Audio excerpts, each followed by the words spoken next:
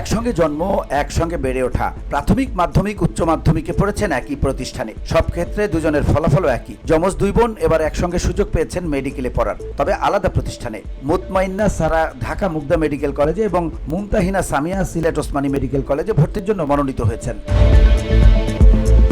দিনাজপুর জেলার ঘোড়াঘাট উপজেলার সিংড়া ইউনিয়ন পরিষদের চেয়ারম্যান সাজ্জাদ হোসেন ও দিনাজপুর জেলা স্কুলের সিনিয়র শিক্ষক তাহরিমা আক্তার দম্পতির যমজ কন্যাদের সাফল্যে পরিবার ও স্বজনদের মধ্যে আনন্দের জোয়ার বয়ে চলেছে।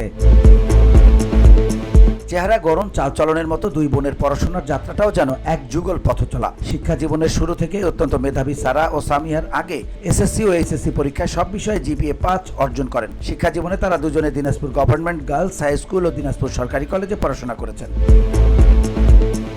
ধারাবাহিক সাফল্যে উচ্ছ্বাসিত দুই বোন মেডিকেল কলেজে ভর্তির যোগ্যতা অর্জন করায় অভিন্ন ভাষায় জানান প্রতিটি বিষয়ের মতো পড়াশোনার বেলায় দুই বোন একই মতের ছিলেন। দিনরাত নাওয়া খাওয়া ঘুম হারাম করে 18-20 ঘন্টা পড়াশোনা করার রেকর্ড তাদের নেই, তবে যতটুকু পড়েছেন নিয়ম মেনে বুঝেছেন, পড়েছেন। কোনোদিন শিক্ষা প্রতিষ্ঠানে অনুপস্থিত থাকেননি। শিক্ষকদের প্রতিটি কথা মনোযোগ সহকারে শোনার পাশাপাশি লিখে রেখেছেন, যা বাড়িতে ফিরে পুনরায় পড়েছেন। সব মিলে নিয়মানুবর্তিতা তাদের এর সাফল্য এনে দিয়েছে।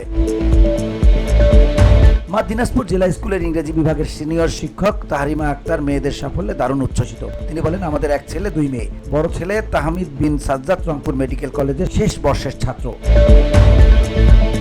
সারা সামিয়ার বাবা ঘোড়াঘাট উপজেলার সিংড়া ইউনিয়ন পরিষদের চেয়ারম্যান ও বিরামপুর বিএম কলেজের প্রভাষক। তিনি বলেন, ছেলের মতো যমজ দুই মেয়ে ছোটবেলা থেকেই পড়াশোনায় খুব আগ্রহী। কেউ কারো থেকে 2 বা 1 নম্বর কম পেলে পরের পরীক্ষায় দেখা যেত সে অন্যজনকে ছাড়িয়ে গেছে। এভাবে প্রতিযোগিতামূলকভাবেই চলে ওদের পড়াশোনা।